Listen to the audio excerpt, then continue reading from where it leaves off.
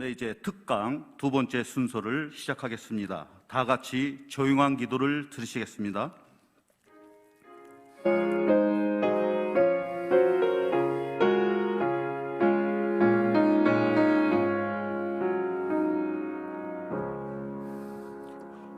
복 있는 사람은 악인들의 꾀를 따르지 아니하며 죄인들의 길에 서지 아니하며 오만한 자들의 자리에 앉지 아니하고 오직 여호와의 율법을 즐거워하여 그의 율법을 주야로 묵상하는도다. 그는 시냇가에 심은 나무가 철을 따라 열매를 맺으며 그 잎사귀가 마르지 아니함 같으니 그가 하는 모든 일이 다 형통하리로다. 악인들은 그렇지 아니하며 오직 바람에 나는 겨와 같도다. 그러므로 악인들은 심판을 견디지 못하며 죄인들이 의인들의 모임에 들지 못하리로다. 아멘. 다 같이 찬송가 516장을 부르시겠습니다.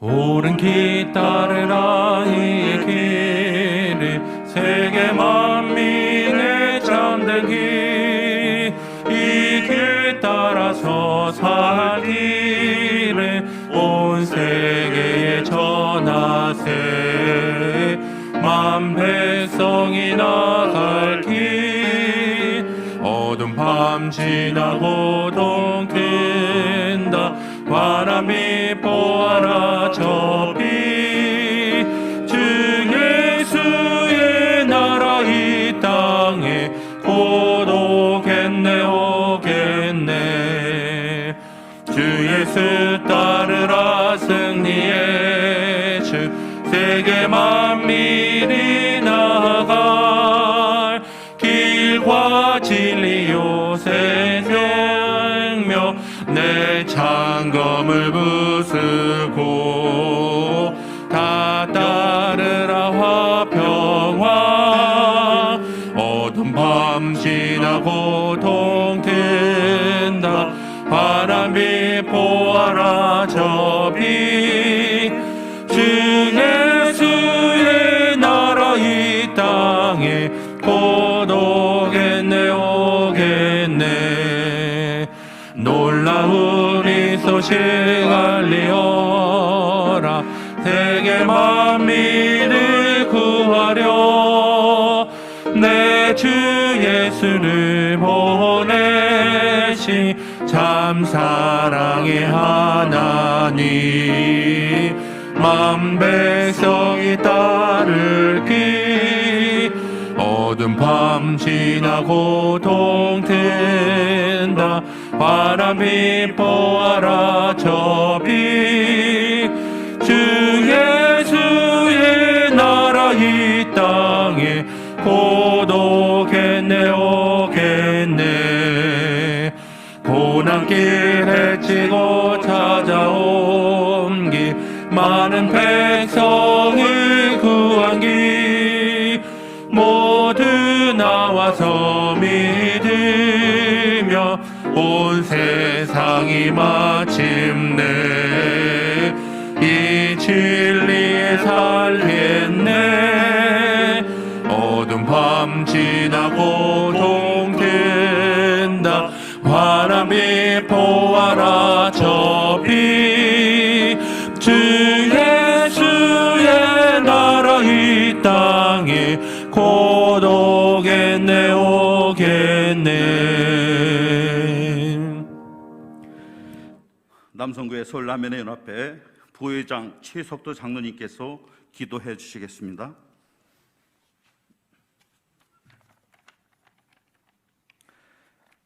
전능하신 하나님, 우리를 눈동자처럼 지키시고 주님 품 안에 보호하시는 하나님의 은혜를 진심으로 감사를 드립니다.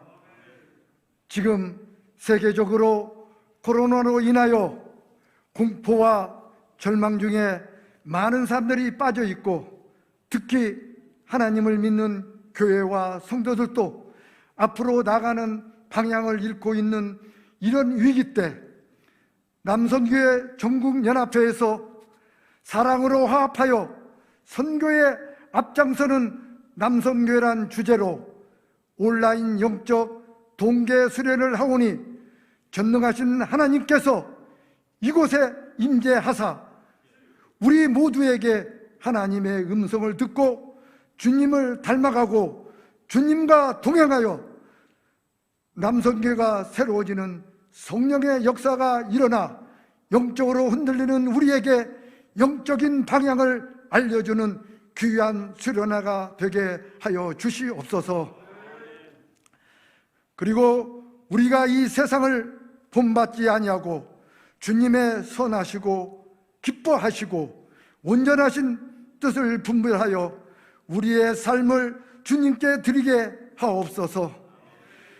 이 시간 말씀을 전하시는 이학성 목사님께 감리 교단의 영적인 지도자로 부족함이 없는 귀한 목사님이 되게 성령으로 충만케 하여 주시옵소서.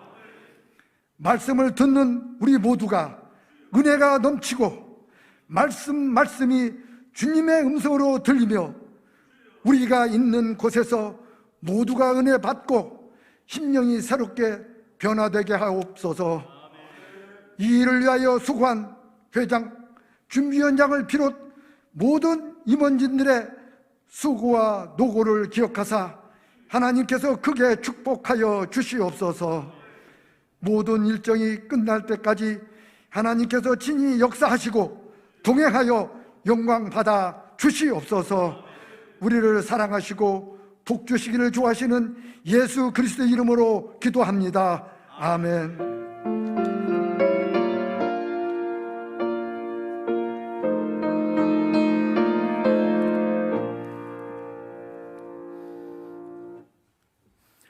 네, 오늘 하나님의 말씀은 느헤미야 1장에서 11절에 있는 말씀을 제가 봉독해 올리겠습니다.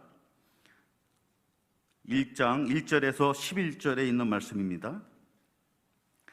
하갈의 아들 느헤미야의 말이라.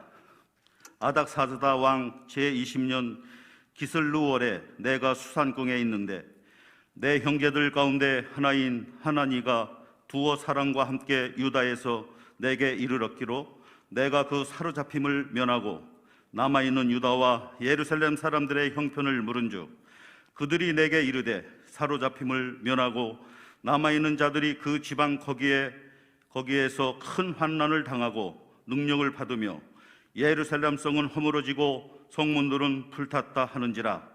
내가 이 말을 듣고 앉아서 울고 수일 동안 슬퍼하며 하늘의 하나님 앞에 금식하며 기도하여 이르되 하늘의 하나님 여호와 크고 두려우신 하나님이여 주를 사랑하고 주의 계명을 지키는 자에게 언약을 지키시며 긍휼을 베푸시는 주여 간구하나이다. 이제 종이 주의 종들인 이스라엘 자손을 위하여 주야로 기도하오며 우리 이스라엘 자손이 주께 범죄한 죄들을 자복하오니 주는 귀를 기울이시며 눈을 여시사 종의 기도를 들으시옵소서. 나와 내 아버지의 집이 범죄하여 주를 향하여 크게 악을 행하여 주께서 주의 종 모세에게 명령하신 계명과 율례와 규례를 지키지 아니하였나이다. 옛적에 주께서 주의 종 모세에게 명령하여 이르시되 만일 너희가 범죄하면 내가 너희를 여러 나라 가운데에 흩을 것이요 만일 내게로 돌아와 내 계명을 지켜 행하면 너희 쫓긴 자가 하늘 끝에 있을지라도 내가 거기서부터 그들을 모아 내 이름을 두려고 택한 곳에서 돌아오게 하리라 하신 말씀을 이제 청하건대 기억하옵소서. 이들은 주께서 일찍이 큰 권능과 강한 손으로 구속하신 주의 종들이요 주의 백성이니이다. 주여 구하오니 귀를 기울이사 종의 기도와 주의 이름을 경외하기를 기뻐하는 종들의 기도를 들으시고 오늘 종이 형통하여 이 사람 앞에서 은혜를 입게 하옵소서 하였나니 그때 내가 왕의 술 관원이 되었느니라. 아멘. 특별 찬양을 이선미 집사님께서 하나님께 올려드리겠습니다.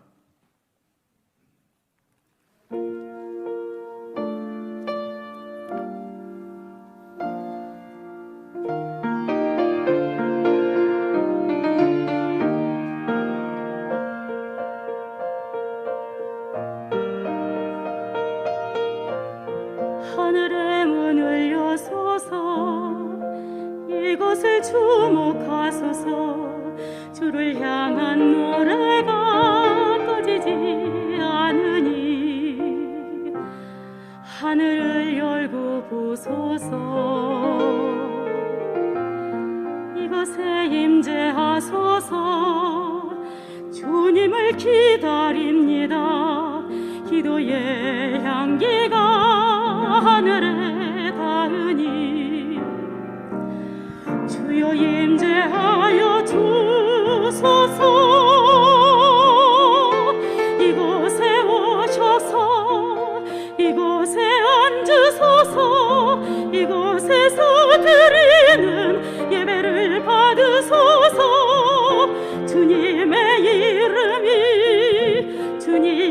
이름만이 오직 주의 이름만 이곳에 있습니다. 이곳에 오셔서 이곳에 앉으소서. 이곳에서 드리는 예배를 받으소서. 주님의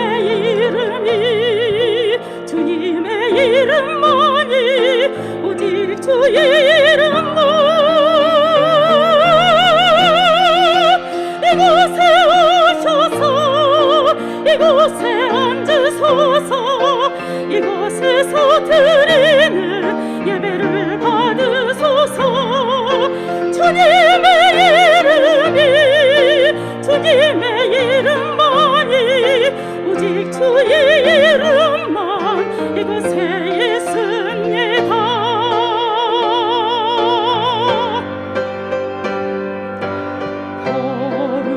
거룩 전능하신 주여, 이른 아침 우리 주를 찬송합니다.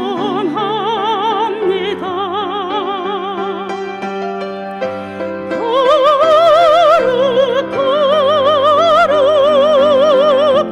자비하신 주여, 성삼의 일체 우리 주로 다 거룩한 이름 우리 주.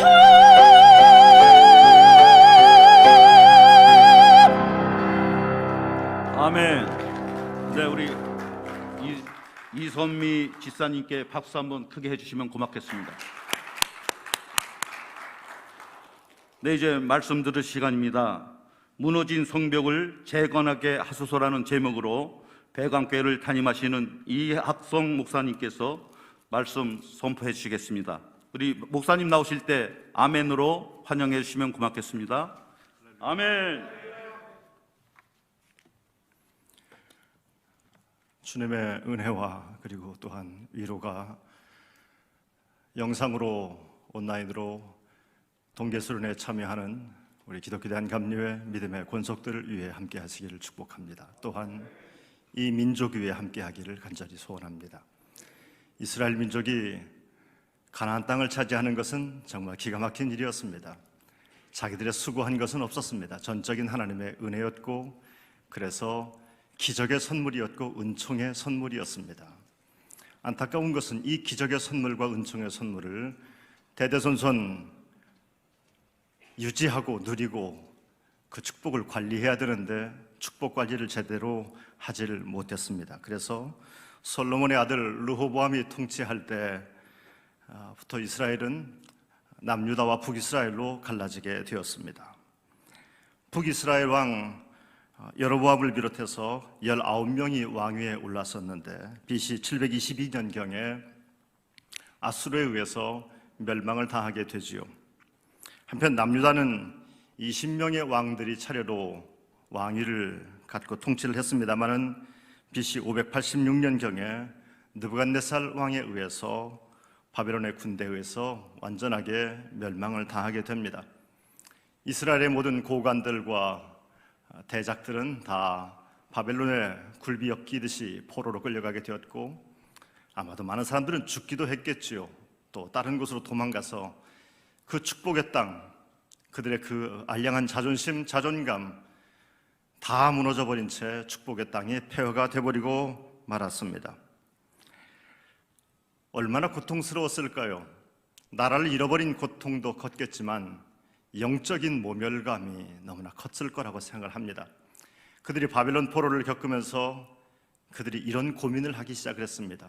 굉장히 생산적인 고민이요, 영적인 고민이었습니다. 그것은 우리는 왜 이렇게 멸망당했을까라고 하는 질문을 하게 됩니다. 우리는 왜 그렇게 기적의 땅, 축복의 땅, 은혜의 땅을 잃어버린 채 이렇게 이방 민족에게 포로가 되어서 하나님을 하나님이라 부르지 못하면서 이렇게 안타까워해야만 하는가? 이것이 그들에게 안타까움이었고 그들에게 영적인 질문이었습니다. 이 질문 끝에 그들이 했던 것은 안 되겠다. 우리는 비록 이렇게 멸망당한 땅을 자손들에게 물려줄 수밖에 없는 정말 죄 많은 부모 세대지만 우리 아들, 딸들에게는 축복의 땅을 물려야 되지 않겠냐. 이런 고민을 하면서 그들이 생각했던 것은 하나님의 말씀이구나. 우리가 멸망한 이유도 하나님의 말씀이 없었기 때문에 멸망한 것이요, 우리 자손들이 승리할 수 있는 비결은 하나님의 말씀을 그들에게 전해야 되겠구나. 그래서 그들은 시나고게라고 하는 회당을 만들었습니다. 그 회당에서 성경을 필사하기 시작을 했습니다. 그래서 자손들에게 성경을 가르쳤고 그리고 하나님 말씀을 훈련시켰습니다. 때가 되어서 하나님은 그들에게 기적의 순간을 또 맛보게 하셨죠. 얼마나 그 순간이 기적적이었던지 우리가 그때 꿈꾸는 것 같았도다 라고 시편의 기자는 노래했습니다. 하나님은 그들을 고국으로 돌려보내주셨습니다. 1차, 2차, 3차에 걸쳐서 그들이 고국으로 돌아오게 되는데 1차 때는 스룹바벨이 이끌면서 돌아왔고 2차 때는 에스라가, 3차 때는 느헤미야에 의해서 고국으로 귀환하게 되었습니다. 1차, 2차로 귀환하는 사람들에게는 한 가지 비전이 있었습니다. 자원하는 마음으로 우리가 어떻게든지 고국에 들어가서 이것을 꼭 하리라, 내 인생에 가장 시급하고 가장 중요한 이 일을 꼭 하리라 라고 마음 먹고 돌아왔는데 그들의 갖고 있던 비전이 뭐였냐면은 무너진 예루살렘 성전을 다시 지어야 되겠다라고 하는 꿈이었습니다.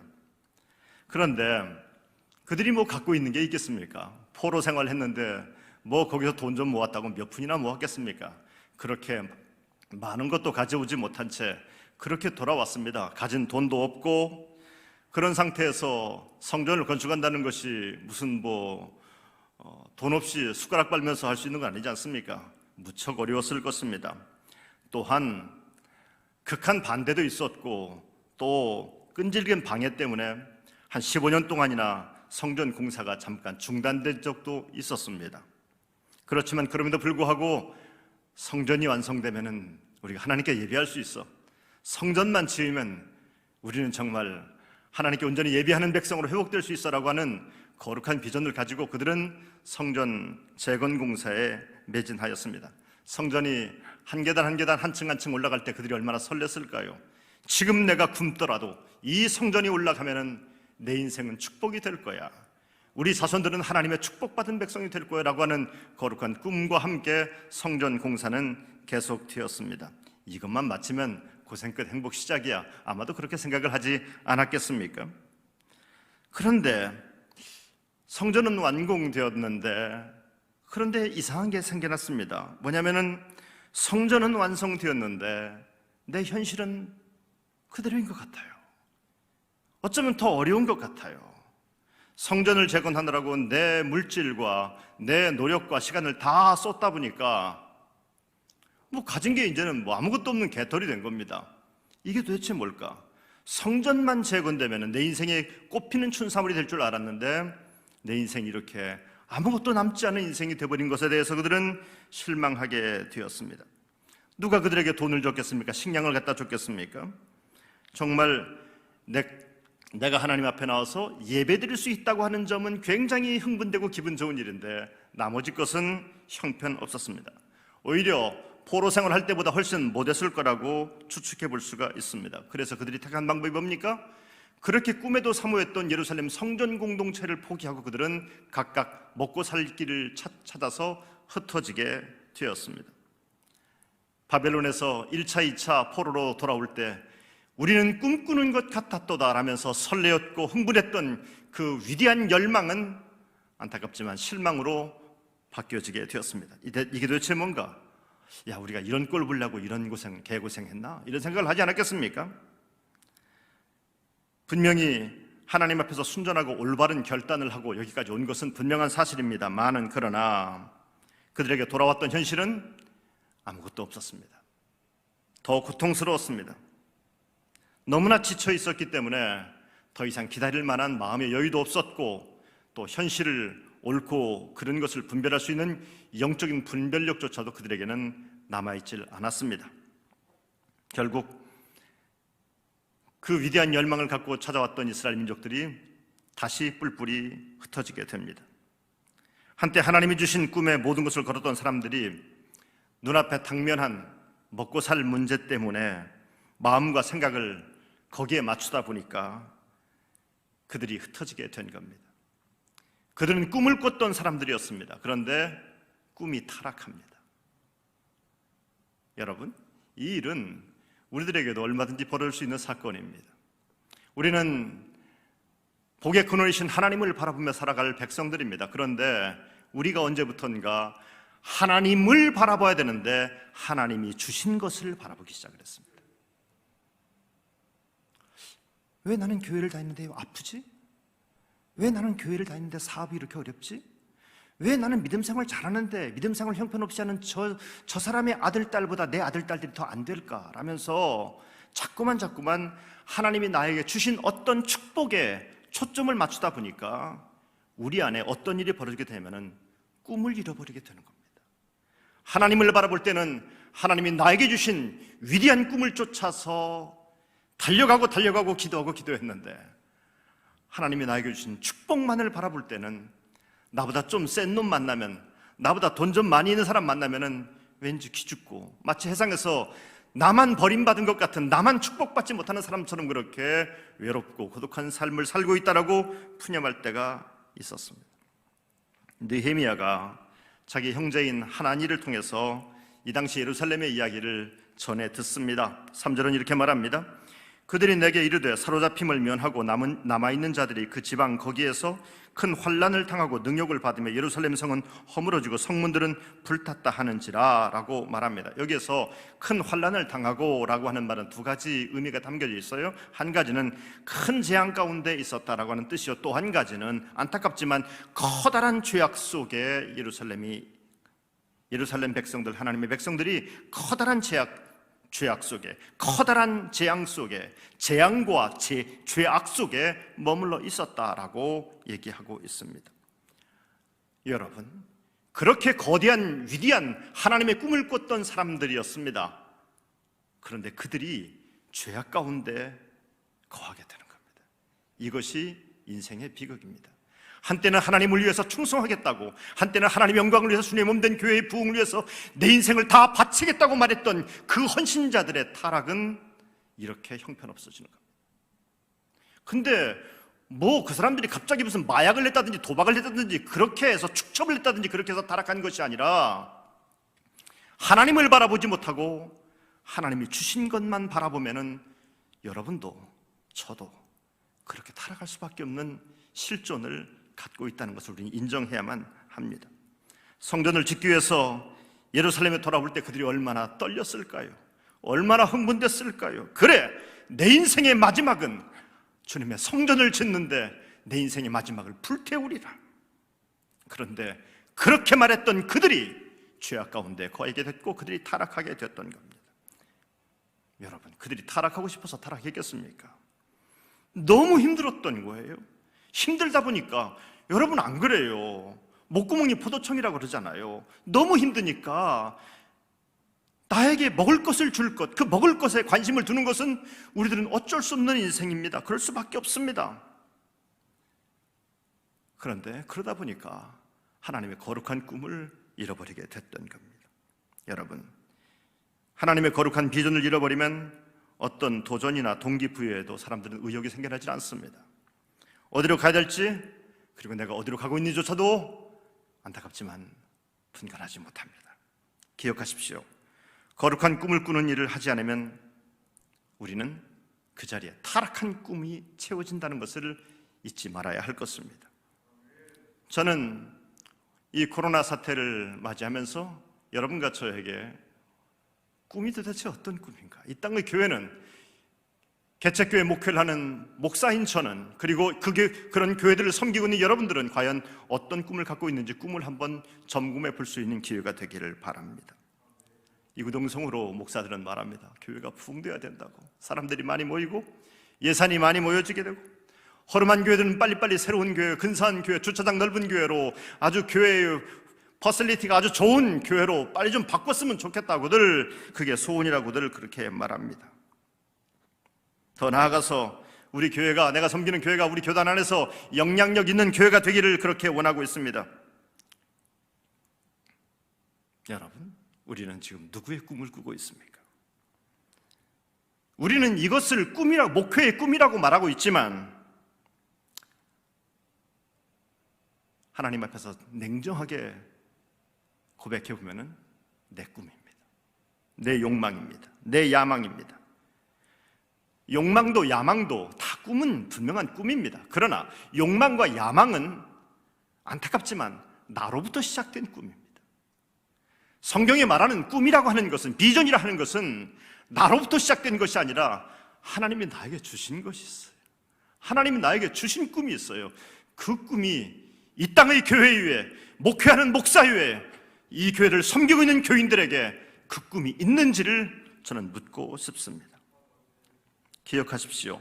예루살렘의 무너짐은 단지 성전이라는 건물을 세웠다고 해서 될 문제는 결코 아니라는 겁니다.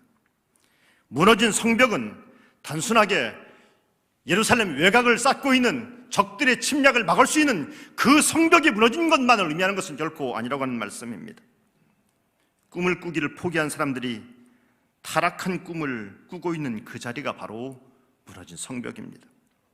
코비드-19 한국교회가 모여서 예배를 못 드리니까 다들 위기라고들 말합니다. 그래요. 교회들마다 예산이 팍팍팍팍 줄고, 교인들은 옛날 교인들은 그래도 믿음을 갖고 있는데 소신자들은 과연 어디 가서 믿음 생활 하는지 정말 알재간도 없고, 정말 위기인 것은 분명한 사실입니다만, 그러나 우리의 영적인 위기는 훨씬 전부터 시작되어졌습니다. 코로나 전염병은요, 이거 별 중요한 거 아닙니다. 백신 지금 개발됐고요, 금년 안에 우리들 다 백신 맞을 겁니다. 또 치료제 나오면 또 치료 받을 겁니다. 이거 별 중요한 것 아닙니다. 아니, 사람 못 모이니까 예산 줄어들 수밖에 없지요. 그것도 중요한 거 아닙니다. 걱정할 건 아닙니다. 아니, 전염병 도니까 교회에서 못 모인다는 거 그럴 수도 있지요. 그것도 별로 중요한 것 아닙니다. 정말 중요한 것은 한국교회가 오래전부터 무너져 왔는데 그 무너짐을 우리는 모른다는 게 문제입니다. 말씀을 듣기 위해서 우리의 어머니 아버지들은 10리길 20리길도 마다하지 않고 새벽마다 주님의 몸된 전에 나왔습니다. 그 영적인 갈급함은 한국교회를 만들었고 지탱시켰고 부흥시켰던 근거였는데, 우리 안에는 이 영적인 갈급함이 다 사그라들고 말았습니다. 주님의 일을 할 때, 목사님, 예산이 없을지라도 이게 주님의 일이라면은 우리가 한번 어떻게든지 한번 해봅시다라고 말했던 우리 신앙의 부모님들의 그 믿음의 헌신들은 사그라져 버리고, 교회 안에 그거 혹시 사업의 성과는 어떨까요? 효율성은 어떨까요?를 따지고 있습니다. 과연 이 일이 합리적인가요? 라고 합리성 앞에 하나님의 뜻은 완전히 사그라들고 말았습니다. 주님의 마음보다는 과연 돈이 있는가 없는가가 더 중요한 시대가 되어버리고 말았습니다. 한국교회는 위기입니다. 그런데 이게 분명히 위기였는데 우리가 착각하고 있습니다. 예배당을 근사하게 짓고 사람들 몰려들고 예산이 늘어나고 선교하고 봉사도 제법 하니까 우리는 굉장히 근사한 교회들을 이루는 부흥한 교회의 교단인 것처럼 스스로 착각을 했습니다.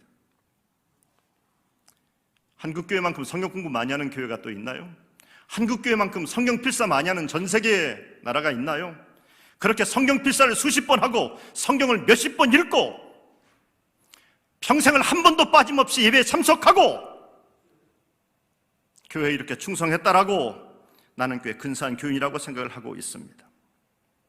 그런데 최근 우리는 인정하기 싫어도 인정할 수 없는 하나님의 무서운 질문을 받고 있습니다. 이제 알겠냐? 건물로 승부할 수 없는 거 이제 알겠냐? 니들 그렇게 쪽수 중요하게 여겼지? 무슨 소용이 있니? 몇만 명 모이는 큰 예배당에 20명밖에 앉아서 예배드리지 못하는 이 현실 앞에서 사람의 숫자가 의미 없다는 것 이제 알겠니? 주님의 아주 냉정한 질문을 우리가 받고 있는 겁니다. 혹시 하나님을 위해서 사역을 하고 있지만 이렇게 내 마음은 예전 같지 않을까? 감동도 없고 그래서 갈등하고 있는 분은 없습니까? 내가 그래도 주 앞에 최선을 다했는데 하면 할수록 마음에 열매는 더 없는 것 같고 상황은 더 악화지는 것 같고. 여러분, 우리의 환경이 좀 바뀌었으면 좋겠는데 환경은 바뀌는 것 같지 않고, 여러분 영적인 도전을 하십시오. 여러분 안에 무너진 성벽 앞에 서십시오. 이스라엘 백성이 그랬던 것처럼 우리 감리교회 안에 무너진 영적인 성벽은 예산 몇 프로 줄어든 것이 아니라 우리 안에 하나님의 말씀과 주의 은혜와 주의 복음과 십자가와 낮아짐과 겸손이라고 하는 세상의 그 어떤 것으로부터 공격당할 수 없는 위대한 영적인 가치를 다 포기해버린 채 돈으로 승부를 걸려고 하는 우리의 마음속에, 숫자로 승부를 걸어왔던 우리의 머릿속에 이미 다 무너져버린 영적인 장벽들이 다 있는 것. 오늘 느헤미야가 울며 금식했던 이유는 뭐냐면은 기준 때문이었어요. 우리가 이럴 수 있는, 우리가 이렇게 살아서는 안 되는 사람들인데 라고 하는 것 때문에 그랬어요. 우리가 얼마나 존귀한 백성인가, 우리가 얼마나 하나님 앞에 소중한 백성인가, 우리 때문에 열방이 축복을 받아야 되는데 우리가 열방으로부터 멸시를 당하고 있으니 이것이 에레미야의 탄식이었습니다. 가슴 아팠습니다. 여러분, 우리는 어떻습니까? 좀 손해보고 자존심 상하면은 견디질 못해요. 몇 날 며칠 잠을 못 잡니다. 그렇게 내가 좀 손해본 것, 자존심 상한 것, 이것 때문에는 몇 날 며칠 잠을 못 자고 원수를 맺어가고 있는데, 나를 통해 하나님의 역사가 나타나지 못한 것, 내가 하나님의 백성다운 삶을 살지 못한 것 때문에 우리는 얼마나 가슴 아프게 잠 못 잔 적이 있었습니까? 내 자식들이 대학 못 가고 내 자식의 사업이 잘 안 되는 것 때문에는 몸부림치면서 하나님의 계획이 송두리째 뒤틀린 것에 대해서는 우리는 얼마나 가슴 아파했습니까?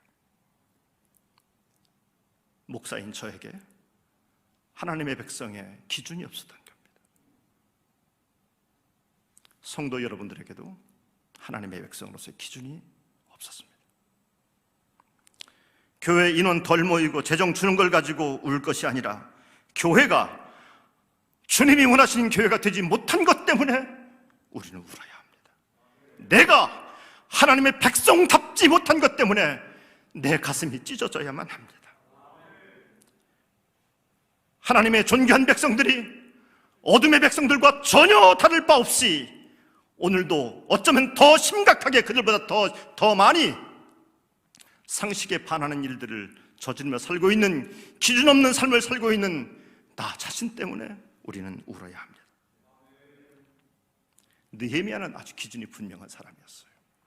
느헤미야는 술 맡은 관원장이었습니다. 그 사람은 그냥 행복하게 자기 노후를 얼마든지 행복하게 잘 살 수 있는 사람입니다. 이렇게 고생 안 해도 될 만한 사람입니다. 그런데 기준이 분명하다 보니까 나를 통해서 하나님께서 무엇을 원하시는지에 대해서 깨닫고 나니까, 기준이 분명하고 나니까 자기의 계급장이, 이게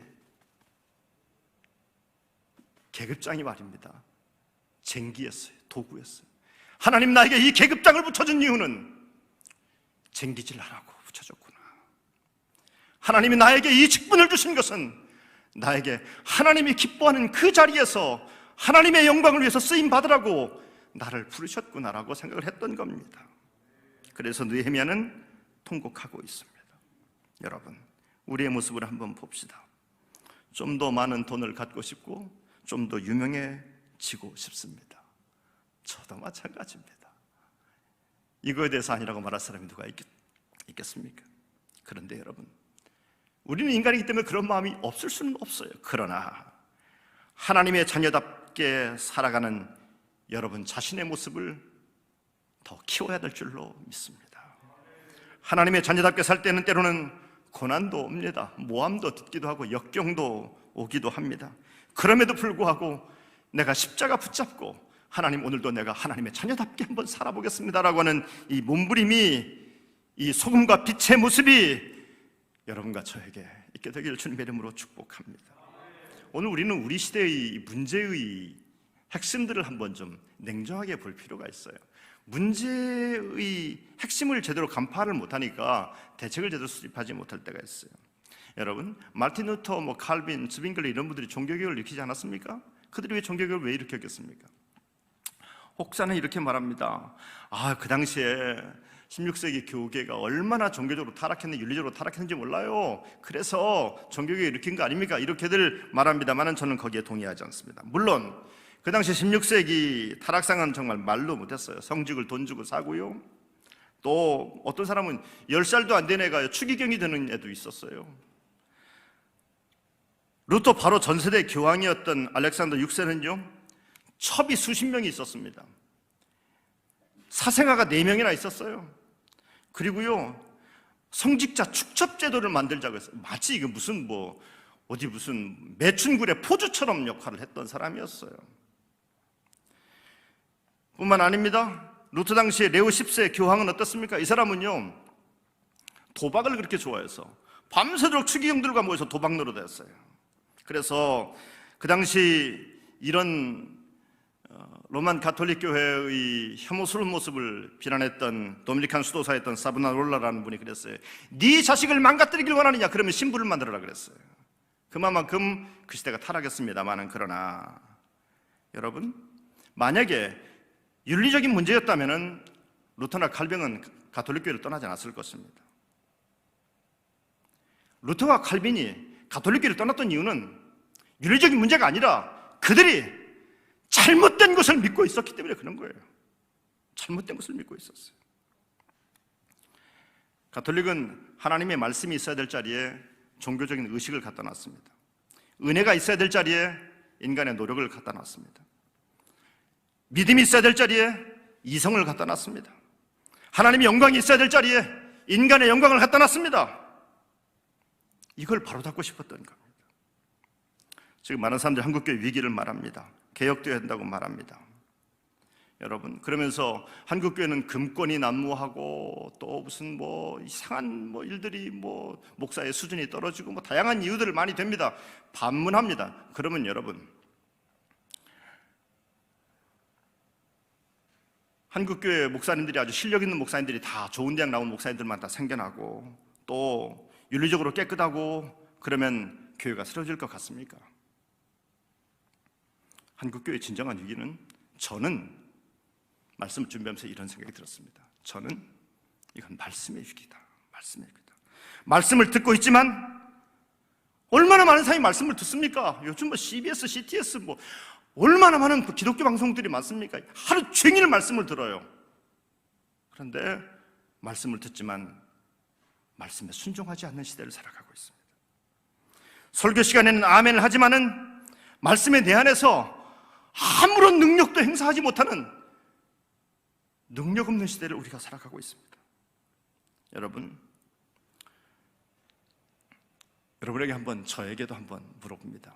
최근 어느 시점에 뭔가를 결정하려고 할 때 여러분이 그동안 들었던 설교 말씀 때문에 여러분의 인생에 눈앞에 있는 이익을 포기한 적은 있습니까? 아까워 죽겠는데, 자존심 상해 죽겠는데, 그랬는데 내가 들었던 하나님의 말씀 때문에 아까워도 포기하고, 자존심 상해도 가서 손 잡아주고, 이런 적은 있습니까? 이익과 자존심을 위해서라면은 수도 없이 방향도 바꾸고 거침없이 발걸음도 내딛었는데 하나님이 말씀이 나를 붙잡아서 너무 힘들게 해서 내가 몇 걸음만 내디디면 이익의 발걸음을 내디딜 수 있는데, 돈 벌 수 있는데, 명예 얻을 수 있는데, 하나님의 말씀이 나를 너무나 강권적으로 붙잡아서 발걸음을 내디디지 못한 채 주저주저 해본 적은 없었습니까? 로마서 16장 26절에서 사도 바울이 복음에 대해서 얘기하면서 이렇게 말하죠. 모든 민족이 믿어 순종하게 하시려고 그랬어요. 모든 민족이 믿어서 순종해야 됩니다. 이것이 로마서를 쓴 그 위대한 로마서 신학의 마지막 사도 바울의 피토하는 절규입니다. 내가 이렇게 너희들에게 교회론에 대해서 성령론에서 얘기하고 하나님의 은혜를 얘기하는데 이걸 믿어라. 믿으면 구원받습니다. 그런데 믿고 구원받은 사람만 되지 말고 믿고 순종해서 복음의 능력을 행사하는 사람이 되라.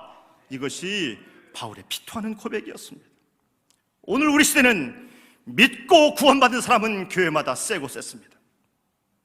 그런데 그 말씀에 순종하여서 복음의 삶을 삶으로 말미암아, 말씀의 삶을 삶으로 말미암아 복음의 능력을 행사하는 교회는, 성도는 가면 갈수록 줄어들고 있는 것이 현실인 것이 가슴 아픕니다.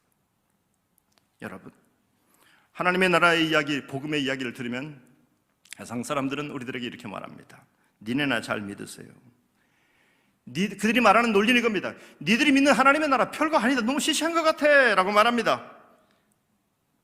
야, 우리들은 그 정도는 소주 한 잔이면 밤새도록 족발 하나 놓고 소주 하나만 뜯으면 마치면 소주 한 병만 먹으면 둘이 나눠 먹으면 금방 해결되는데 니들은 이걸 가지고서 몇 달을 싸우고 갈등하니 니들이 믿는 하나님의 나라보다는 소주 한 병의 하나님의 나라가 낫지 않냐고 우리에게 되물어오지 않습니까? 왜 이렇게 복음이 세상에서 시시해졌을까요? 세상으로부터 이리 치이고 저리 치이고, 교회는, 복음은 본질상으로 후질 수가 없습니다. 이런 후지단 표현 써서 죄송합니다만 후질 수가 없습니다. 그런데 세상은 교회를, 그리고 복음을 믿는 사람들을 후지게 보는 세상이 됐습니다. 언제 예수 그리스도께서 후져진 적이 있습니까? 한 번도 그런 적이 없습니다. 주님은 언제나 고상하십니다. 언제나 아름답습니다. 이 땅의 교회들이 복음의 본질을 붙잡아야 되는데 복음의 본질은 놓쳐버리고 비본질적인 것만 갖고서 우리는 너무나 많은 시간을 쏟고 있고 너무나 많은 에너지를 투자하고 있지 않습니까? 교회의 본질이 뭡니까? 복음의 본질이 뭡니까? 복음의 본질은 십자가입니다. 복음의 본질은 낮아짐입니다. 복음의 본질은 겸손입니다. 이것들을 갖고 있을 때 교회는 실력을 발휘할 수가 있어요. 세상이 절대로 무시할 수가 없습니다. 이것이 2000년 교회의 역사였습니다. 그런데 교회가 후져지기 시작합니다. 교권을 붙잡고서 교회가 승부를 걸려고 했고, 교인 숫자를 가지고서 승부를 걸려고 했고, 교회 건물 가지고서, 교회 예산 가지고 승부를 걸려고 했는데 옛날에는 됐어요. 그게 옛날에는요, 교회는 동네에서 제일 큰 집이었습니다. 교회는 그 동네에서 현찰이 제일 많은 교회였어요. 유사부장님 가면 헌금이 얼마나 많았어요. 지금 그걸로 승부가 나지 않잖아요. 교회는 십자가로 승부를 걸어야 됩니다. 우리의 모든 아픔도 갈등도 십자가로 승부를 걸어야 되는데, 그리고 십자가로 승부 거는 모습을 보여주면 세상은요 벌벌 떨어요. 벌벌 떱니다. 사도 바울이 말해요. 내가 복음을 부끄러워하지 아니한, 나는 복음을 부끄러워하지 않는다. 십자가의 복음을 나는 부끄러워하지 않는다고 말하고 있어요. 코로나 사태가 벌어지면서 하나님이 우리에게 질문하시는 겁니다. 저는 그렇게 들어요.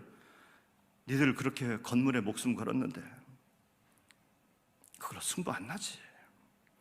니들 사람 숫자 많이 모인다고 그렇게 어깨에 힘줬는데 그걸로 승부 안 나지. 니들 그렇게 예산 때문에 승부 걸었는데 그걸로도 승부 안 나지. 어쩔래? 지금 예배당에 사람 못 모이는데 어쩔래? 어쩔래? 교회 예산 팍팍 줄어드는데 어쩔래? 라고 물어보고 있습니다. 교회가 다시 살아나야 한다는 게 무슨 뜻입니까? 다시 많이 모이는 겁니까? 주일마당에 꽉꽉 차는 게 저는 꿈에도 소원이에요.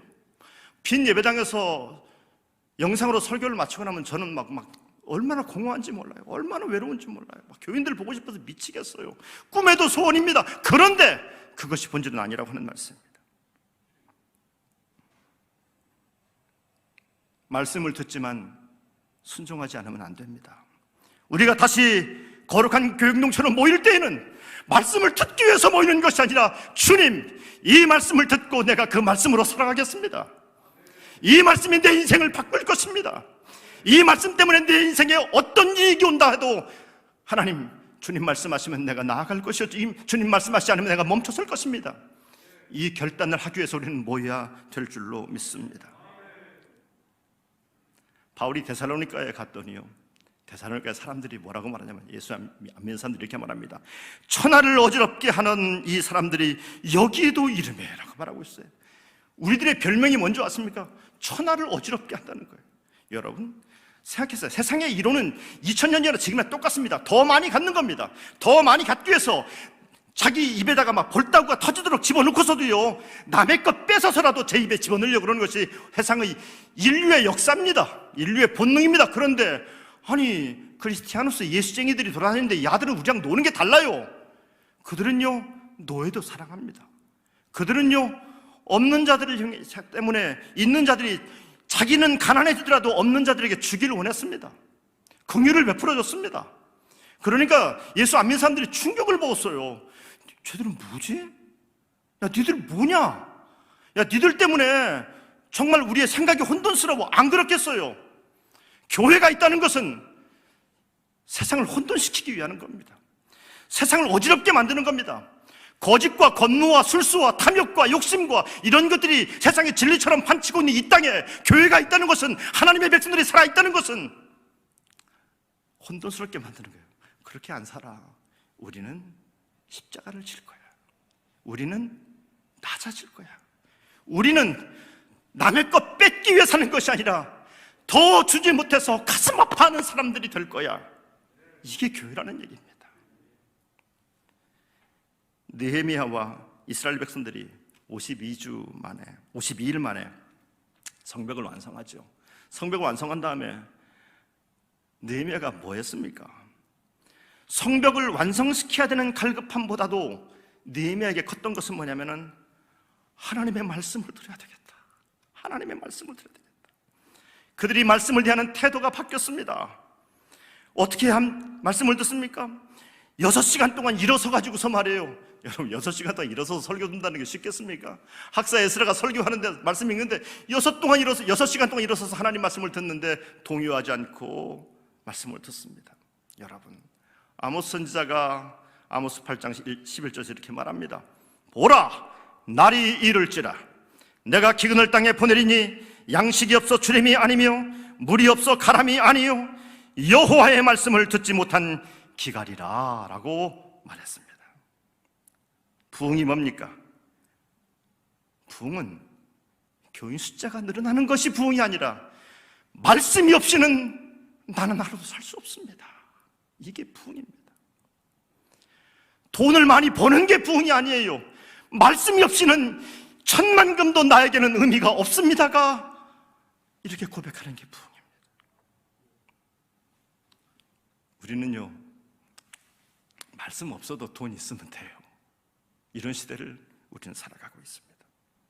성도 여러분, 말씀을 여러분의 인생의 기준으로 삼게 되기를 바랍니다. 느헤미야 13장에 보니까 느헤미야가 다시 아닥사스 땅에 돌아갔다 다시 왔거든요. 왔더니 또 형편없는 삶을 살아가는 거예요. 그래서 그들에게 또 다시 말씀을 읽습니다. 그렇지, 내 인생에 원칙 없이 살아왔던 것을 회개하면서 말씀을, 자기 인생의 말씀을 캐논이라는 말은 자를 말하는 겁니다. 자, 말씀이 내 인생의 자가 돼야지. 변화의 바람이 일어나게 됩니다. 저는 한국교회를 섬기는 목사입니다. 사랑하는 성도 여러분, 말씀 앞에 서십시오. 이것이 여러분이 사는 일이요, 제가 사는 일이요, 여러분 가정이 사는 일이요, 한국교회가 이 민족을 살릴 수 있는 유일한 길입니다. 우리가 무슨 어려운 이웃을 돕기도 하겠죠. 그런데 몇 푼 도와서 이 민족이 살 수 있을 것 같습니까? 사랑하는 성도 여러분, 여러분과 제가 말씀에 내 인생의 기준이 딱 되고 내가 이 말씀으로 순종하려고 마음 먹기 시작하면은요, 이 땅 안에 역사가 나타나게 됩니다. 하나님의 능력이 막 나타나게 됩니다. 저는 이 하나님의 위대한 능력이 우리 기독교단 감리회에 살아가는 성도들을 통해서 나타나게 되기를 간절히 원합니다. 복된 공동체, 역사를 바꾸는 믿음의 공동체, 우리 기독교단 감리회가 되기를 주님의 이름으로 축복합니다. 기도하겠습니다. 사랑의 하나님, 은혜의 주님, 감사합니다. 우리가 참 미련했습니다. 하나님의 거룩한 백성, 말씀으로만 살아야 될 백성이었건만 말씀 없이 살았습니다. 분명히 말씀을 듣고 믿어서 구원받은 백성인 것은 분명한 사실이지만 하나님, 그런데 내 인생 안에, 내가 다니고 있는 교회 안에서 믿음의 역사가 나타나지 못하고 있습니다. 귀로는 들었는데 내 손발로는 하나님 말씀에 순종함이 없었습니다. 내 경험과 내 지식이 내 인생의 기준이 되었지 하나님의 말씀이 내 인생의 기준이 되지 못했습니다. 주님, 이 땅의 하나님의 백성들을 살려주십시오. 다시 한번 회복시켜 주십시오. 하나님의 말씀으로 인생의 기준을 삼는, 말씀이 없이는 견뎌하지 못하는 하나님의 백성으로 다시 한번 사용하여 주옵소서. 그리하여 이 땅의 교회들을 통해서 이 민족을 살리는 하나님의 위대한 축복의 역사가 나타나게 하여 주옵소서. 예수님 이름으로 간절히 기도드립니다. 아멘.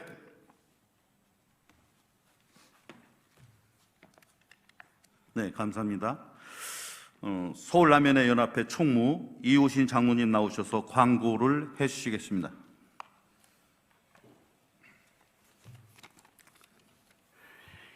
한 번도 경험해보지 못한 코로나 팬데믹 상황 속에서도 온라인 전국 평신도 동계 수련회를 열게 하신 하나님께 영광을 돌려드립니다.